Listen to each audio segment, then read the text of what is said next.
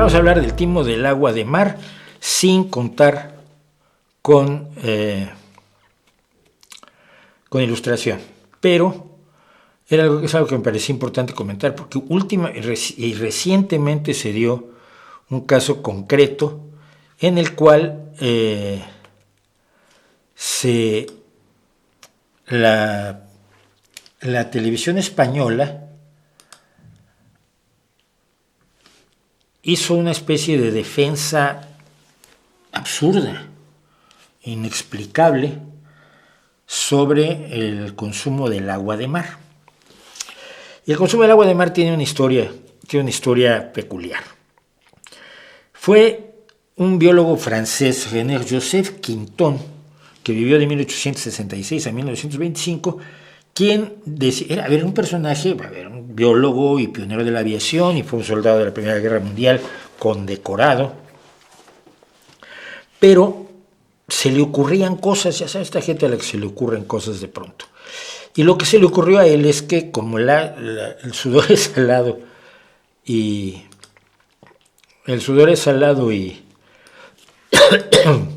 la sangre es salada y el agua de mar es salada, pues él decidió que el agua salada, el agua de mar, era el líquido vital de todos los seres vivientes y era el medio para curar todas las enfermedades. Estaba buscando lo que se conoce como la panacea, un solo tratamiento, una sola pócima, una sola sustancia que cure todas las enfermedades.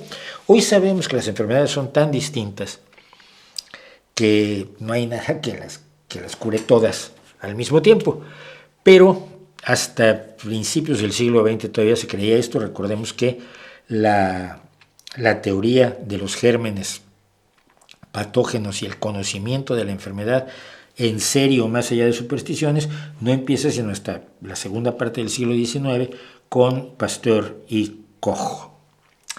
Bueno, entonces, en 1907 Quinton patentó, se supone que si es el agua de mar, no la puedes patentar, pero él patentó el sérum de Quinton, el suero de Quinton, que era agua marina que había tomado en el Atlántico en zonas específicas donde él creía, nunca lo demostró química ni biológicamente, que el agua era más pura. Y tomando ciertas precauciones, que nunca nos dijo cuáles eran, para extraer esa agua, la llevaba a París, donde la esterilizaba sin hervirla y sin productos químicos.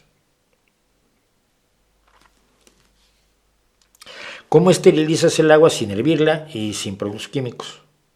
Mirándola intensamente.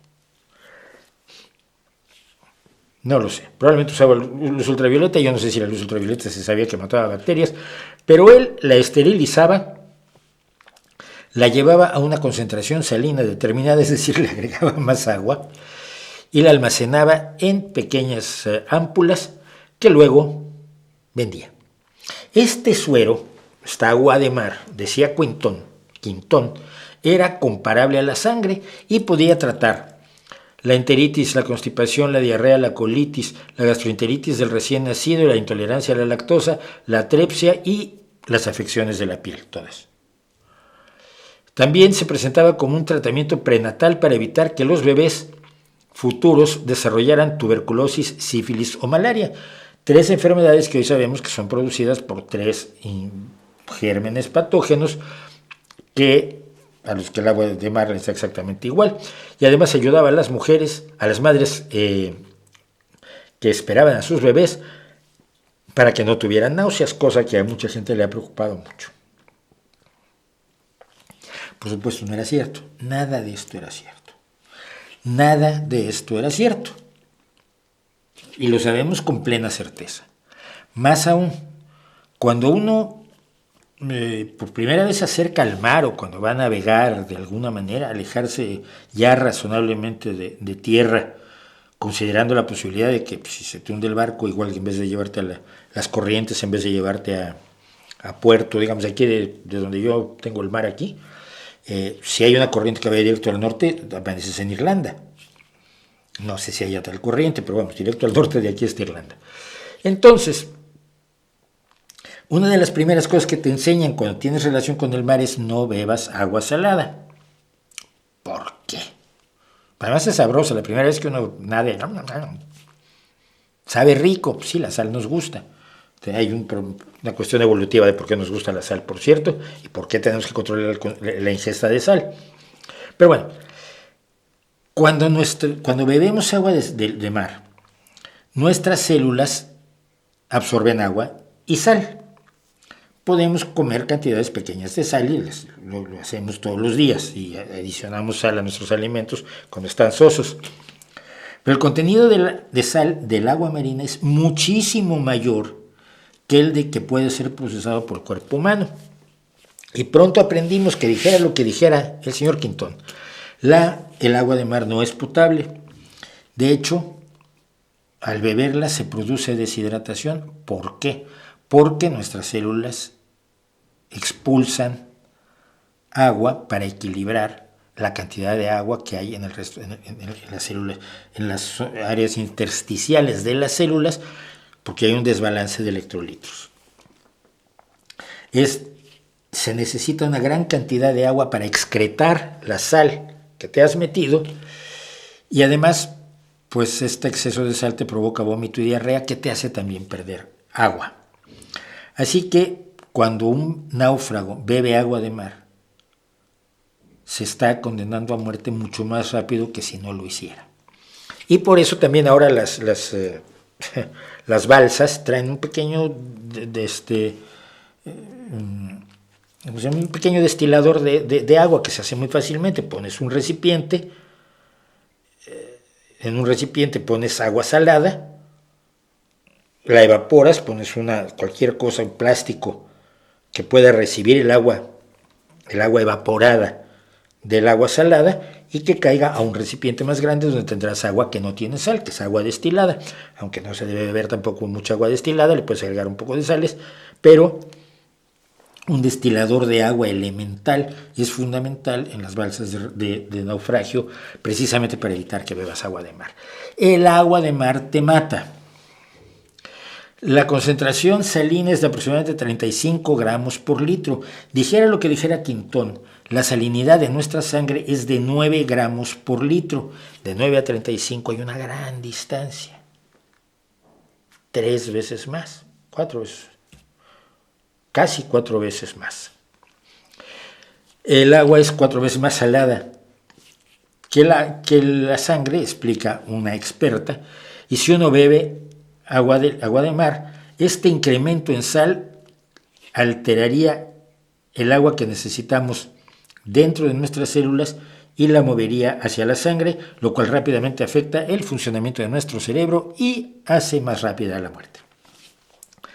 Básicamente, el sodio y agua dentro de las células tiene que equilibrarse con el sodio y el agua que hay fuera de las células. ¿Ok?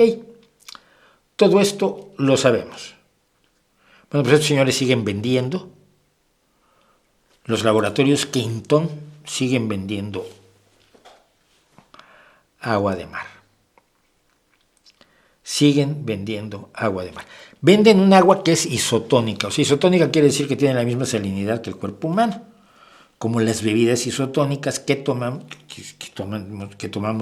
para combatir la deshidratación, que tienen la misma cantidad de sal y agua que la media del cuerpo humano, y que entonces permiten que se equilibren, permiten que nos hidratemos sin desequilibrar nuestros electrolitos, sodio y potasio. Pero esto es lo que te venden los señores de Quintón. Hipertónica quiere decir que contiene más sal de la que debería o de la que te conviene. 30 ampollas de 30 mililitros cada una, 30 mililitros, 26 euros con 60 céntimos. Isotónica, plasma de Quintón, 29.90, cada ampollita de 30 mililitros. Esto te da unos precios por litro absolutamente delirantes. Absolutamente delirantes. Esto es lo que venden estos señores. Esto es un complemento alimenticio a base de agua de mar isotónica, probióticos y calcio. 39.90. Te están vendiendo agua a 60, 80 y 90 euros el litro. y la gente lo compra porque le han contado que Quintón era un gran sabio francés que descubrió esto y que por supuesto a las farmacéuticas no les conviene porque no pueden patentar el agua de mar. Que te cuenten eso cuando nos venden agua embotellada, pues es abusar de tu ingenuidad. Si fuera sano beber agua de mar, te la estarían vendiendo. Probablemente la Coca-Cola y la Pepsi-Cola estarían vendiéndote tus botellitas de agua marina. ¿Cómo te venden agua normal? Agua que puedes beber del grifo. Y la gente va y se compra una botellita. Las farmacéuticas fracasarían. No fracasan. Pero más aún, Quintón en una ocasión dijo, y esta es la desvergüenza más grande que pueden imaginarse, que había sustituido la totalidad de la sangre de un perro por agua marina y que el perro siguió viviendo encantado de la vida. Sin eritrocitos o glóbulos rojos, sin leucocitos o glóbulos blancos, sin plaquetas, sin todo el contenido que tiene la sangre, que es un líquido enormemente complejo que nos permite seguir vivos. El río viviente le llamaba Isaac Asimov en el libro que hizo sobre la sangre, con lo que se sabía de la sangre hasta ese momento, de los años 60, 70. El río viviente. Todo eso lo sustituía, o dijo haberlo sustituido Quintón, con agua de mar. No se ha repetido el experimento porque, pobre perro, lo matas. Pero él lo ha afirmado y hay gente que todavía lo cree. Por favor, si conoce usted a alguien que cree que el agua de mar tiene propiedades curativas, terapéuticas, saludables de una u otra forma, recuérdele que lo único que hace el agua de mar es matarnos. Y que si quiere agua, generalmente, por lo menos en buena parte del mundo, el agua de la llave o del grifo está magníficamente buena, y si no, cómprese una botellita, pero por favor, por cara que sea el agua que nos venden, que es carísima, el agua que nos venden embotellada, es muchísimo más barata que el agua que nos venden los embusteros. Iba a decir otra cosa, pero me controlé, de los laboratorios Quintón. A ver, ¿crees que se puede afirmar que una música es buena o mala? Sí. Sí, porque sobre todo por sus limitaciones, una música muy sencilla, no es que sea mala, pero es eso, es música poco interesante, mientras que una música con desarrollo armónico, con juegos de dinámica, es mucho más interesante y por lo tanto tiende a ser apreciada como mejor. Te pongo un caso. Las canciones que son igual verso, coro, verso, coro, verso, coro, y además alguien las canta plano y son solamente 2 acordes, pues no puedes hacer muchas así, son aburridas. No es que sea mala, pero es que es menos interesante al oído humano, porque el oído humano gusta de la novedad, la sorpresa, lo atractivo, lo complejo, que haya la dinámica, que quiere decir que el volumen sube y baja. La razón por la que el piano tiene éxito por encima del clavicordio o el clavecín es porque el clavecín solo tenía un volumen alto. El piano es piano y forte. Puedes tocarlo muy suavecito o puedes tocarlo durísimo. Piano, bajo, forte, fuerte. Y entonces la capacidad expresiva del piano se acercaba a la capacidad expresiva de otros instrumentos que en sí mismos, como el violín, la flauta, el trombón, las percusiones, los puedes tocar suave y fuerte y por lo tanto tienes una dinámica del sonido. A eso añade complejidades armónicas, variaciones armónicas, introducción de distintos temas musicales, el uso de distintos ritmos. Todo eso hace que haya música que es más interesante, diría yo, y otra que es menos interesante. La música de una nota o dos, como el reggaetón, pues es más aburrida que la música que tiene una mayor complejidad, y no porque sea estéticamente compleja o porque se ajuste o no a la teoría musical, sino porque a nuestro oído le resulta más agradable. Así de sencillo.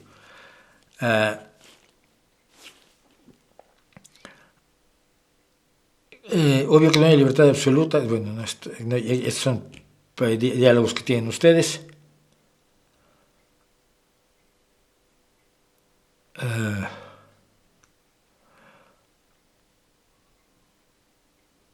¿Es Nueva York la capital artística a nivel mundial? No creo que ya haya una capital artística a nivel mundial.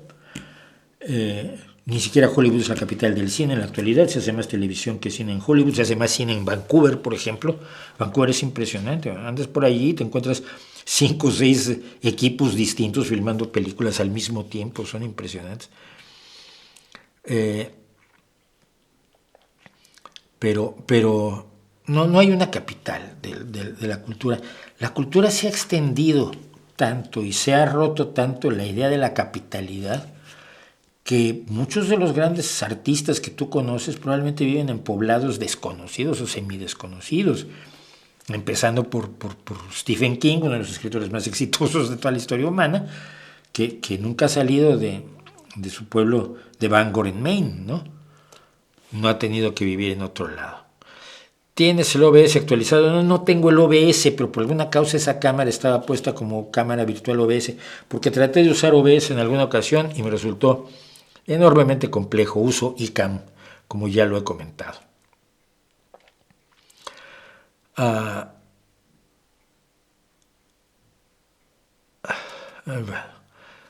Que es que están hablando entre ustedes y aquí yo me hago un lío. ¿Fue real lo de que la industria del azúcar en Estados Unidos manipuló estudios? Pues no lo sé. No lo sé, necesitarías darme más datos, yo no los tengo. Para culpar a las grasas de los males cardíacos, no lo sé.